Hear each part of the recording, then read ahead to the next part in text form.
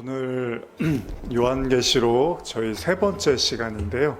요한계시록 2장 4절, 5절, 지난 시간에 2장 3절까지 저희가 말씀을 나눴는데 오늘 2장 4절, 5절 말씀을 좀 나누고자 합니다. 잠깐 제가 1절에서 3절까지를 한번 읽어드리고 그리고 4절에서 5절을 또 읽으면서 시작했으면 좋겠어요.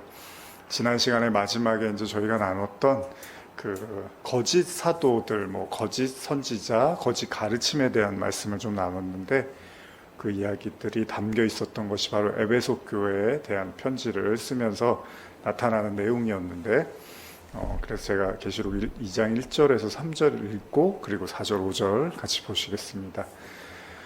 에베소 교회의 사제아에게 편지하라. 오른손에 있는 7뼈를 붙잡고 7 금촛대 사이를 거니시는 이가 이르시되 내가 내 행위와 수고와 인내를 알고 또 악한 자들을 용납하지 아니한 것과 자칭 사도라 하되 아닌 자들을 시험하여 그의 거짓된 것을 내가 드러낸 것과 또 내가 참고 내 이름을 위하여 견디고 게으르지 아니한 것을 아노라.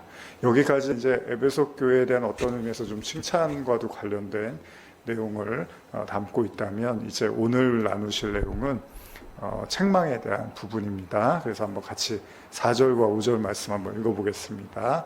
시작. 그러나 너를 책망할 것이 있나니 너의 처음 사랑을 버렸느니라.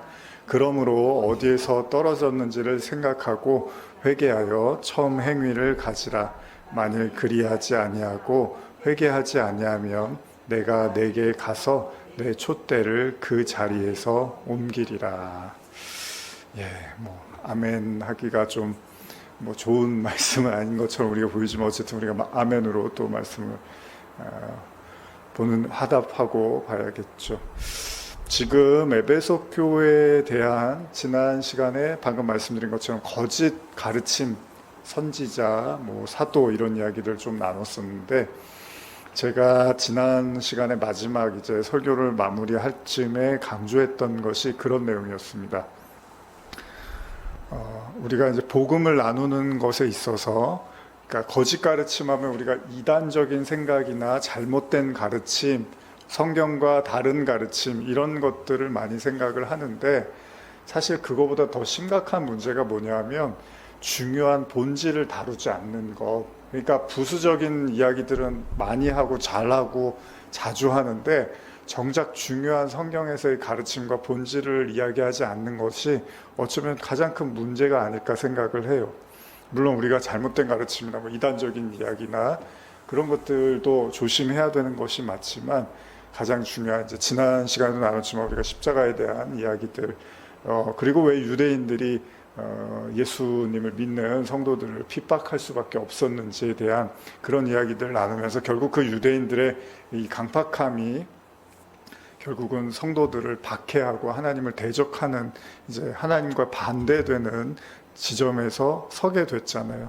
근데 거기에는 그리스도를 받아들일 수 없었던, 예수님의 메시아로서 십자가와 부활을 인정하고 받아들일 수 없었던 그들의 그 마음의 문제였고, 이것이 이제 계시록 2장에 넘어오면서 사실은 이제 구체적으로 거론이 되고 있고, 사실 성경 전체, 계시록 전체의 전반적인 싸움이 결국 육적인 것과 영적인 것에 대한 싸움인 거잖아요. 바울도 고백을 하고 있지만, 그렇게 보면 결국은 그 육적인 어떤 인간의 욕망과 자아와 그리고 십자가 앞에서 그 어떻게 보면 자기 부정할 수 없는 그런 모든 마음들이 결국은 그 그리스도의 십자가를 받아들일 수 없는 강팍함에서부터 시작된 거기 때문에, 어떤 의미에서는 우리 교회는 뭔가 잘못된 얘기를 하지 않아. 우리 교회는 되게 건전하고 항상 밝고 좋은 이야기들을 많이 하고 성경적으로 해 라고 하지만, 거기서 정말로 이야기 나눠야 될 복음의 핵심을 놓치고 있다면 그것이야말로 더 큰 문제가 될 수 있다는 거죠. 그래서 제가 가끔 하는 말씀이지만, 예수님이 병을 고치고 귀신을 쫓아내고 가르침을 하시고 아무리 5만 가지 사역을 다 하셨어도 십자가를 지시지 않는 예수님의 사역은 아무 의미가 없습니다. 십자가를 지지 않고, 지난주에도 말씀드렸지만 아버지, 전 십자가를 못 지겠어요. 그냥 저 여기서 제 명대로 살다가 그냥 행복하게 살다 갔으면 좋겠습니다. 그냥 계속 귀신 쫓고 계속 가르치고 병 고치고 이런 일들 할게요. 근데 십자가 지는 건 제가 못 하겠습니다.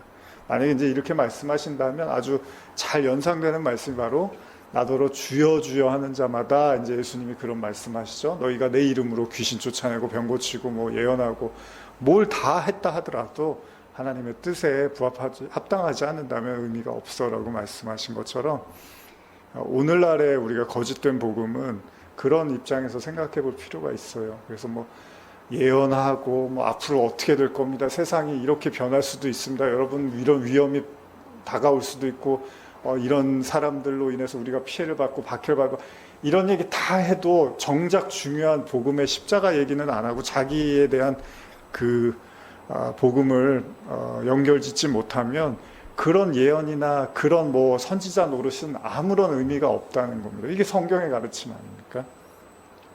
그래서 이제 그런 부분들에 대해서 에베소 교회를 향해서 칭찬을 했는데, 그런데 예수님이 이제 책망하기로는 바로 처음 사랑을 버렸다라는 말씀을 하십니다. 그러면서 뭐라고 하냐면 그 사랑이 어디서 떨어졌는지를 생각하라고 하죠. 그래서 여기에서 이제 회개해라, 그리고 처음 행위를 가져라 이렇게 말씀하세요. 근데 구체적으로 뭐라 합니까? 만일 그렇게 하지 않으면 내가 가서 내게 가서 내 촛대를 그 자리에서 옮기리라 이런 말씀을 하세요. 예전에 저도 이렇게 집회나 이런 데 가서 이런 표현을 이제 인도자분께서 자주 쓰셨는데, 촛대를 옮기시겠다 이런 말씀을 잘 쓰셨는데, 촛대를 옮기겠다 하면 우리는 마치 뭔가 우리가 더 이상 이제 하나님의 사람이 아닌 것 같고, 하나님이 우리에 대한 비전이나 이런 것들을 더 이상 이제 요구하시지 않는 것, 혹은 뭐 이제 더 이상 구원받을 수 없나 보다 이런 생각까지 우리가 할 수 있는데, 그렇게까지 이제 심각하게 뭔가 우리가 봤을 때도 이게 되게 심각해 보이잖아요. 이런 이유 중에 하나가 처음 사랑에 대한 가르침을 하고 계시다는 거죠. 그래서 주석을 살펴보면 혹자는요, 에베소 교인들이 가졌던 기독교적 사랑, 즉 형제에 대한 사랑의 의미한다고 주장을 하는데, 또 다른 경우에는 처음 그리스도를 영접하면서 가졌던 그리스도나 하나님에 대한 이제 사랑, 그래서 뭐 같은 비슷한 의미죠. 근데 여기서 이 사랑이 이 거짓 사도를 분별하면서 자꾸 형제를 의심하고 자꾸 분별하고 그러다 보니까 엄격하게 형제를 바라보면서 사랑이 식어졌다라는 의미로도 보는 거예요. 그러니까 두 가지예요. 첫째는 그냥 그 처음 알았던 그 사랑이 이제 식어가는 그런 의미고, 또 두 번째는 사랑이 맞긴 맞는데 자꾸 분별만 하다 보니까 사람을 자꾸 이렇게 판단하는 것으로 보게 됐다는 거죠. 그래서 에베소 교회가 아무리 이제 이런 주석도 이런 내용이 있어요. 에베소 교회가 아무리 교리적으로 뭔가 이단을 분별해냈고 거짓된 사도들을 찾아낸다 하더라도 이 사랑이 없는 것이라면 이거에 대해서는 하나님이 단호하게 책망을 하고 계시다는 거죠. 그래서 여기 보면 처음 사랑이라는 말이 나오죠. 근데 이제 이걸 원어를 보면 첫째의, 최고의라는 의미가 있어요. 그러니까 뭐죠? 정말로 알아야 될, 정말 가져야 될 첫째, 최고되는 사랑이라는 덕목을 갖지 못한 상태에서의 교회와 신앙은 아무짝에도 의미가 없다라는 이야기를 하는 거죠. 그래서 우리가 제가 요즘 보면 이렇게 제 설교를 편집하다 보면 의외로 계속 등장하는 게 바로 고린도전서 13장 말씀인 것 같아요. 중요한 거죠, 사실. 사람의 방언과 천사의 말을 하더라도 사랑이 없으면, 그러니까 이게 사실 어떻게 보면 굉장히 모든 거를 어떻게 보면 내포하는 대표적인 구절이 아닐까 생각해요. 뭐 예언하고 비밀을 말하고 지식을 말하고 심지어 믿음이 있어도 몸을 불사르게 해줘도 구제를 해도 사랑이 없으면 유익이 없다. 그래서 제가 아까도 말씀드리는 거예요.